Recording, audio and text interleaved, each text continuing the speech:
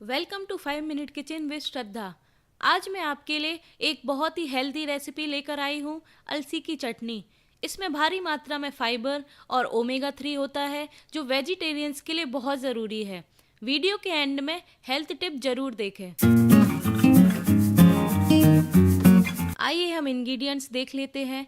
Half bowl flax seed, 4 सूखी लाल मिर्ची। आप यदि ज़्यादा स्पाइसी खाते हैं तो और भी मिर्ची ले सकते हैं।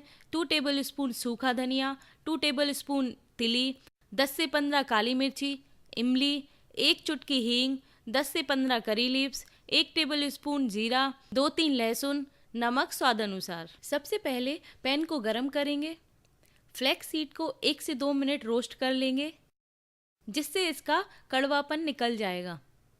इनको मीडियम फ्लेम पर ही रोस्ट करेंगे और यह कुछ देर में पॉप होने लगेंगे।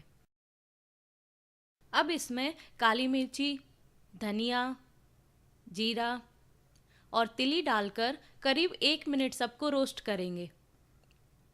इन सबको अच्छे से रोस्ट करने से चटनी में स्मोकी फ्लेवर आ जाता है, जो चटनी को और भी स्वादिष्ट बना देता है।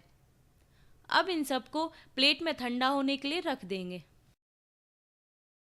सेम पैन में लाल मिर्ची, करी लीव्स और गार्लिक डालकर सबको 1 से 2 मिनट रोस्ट करेंगे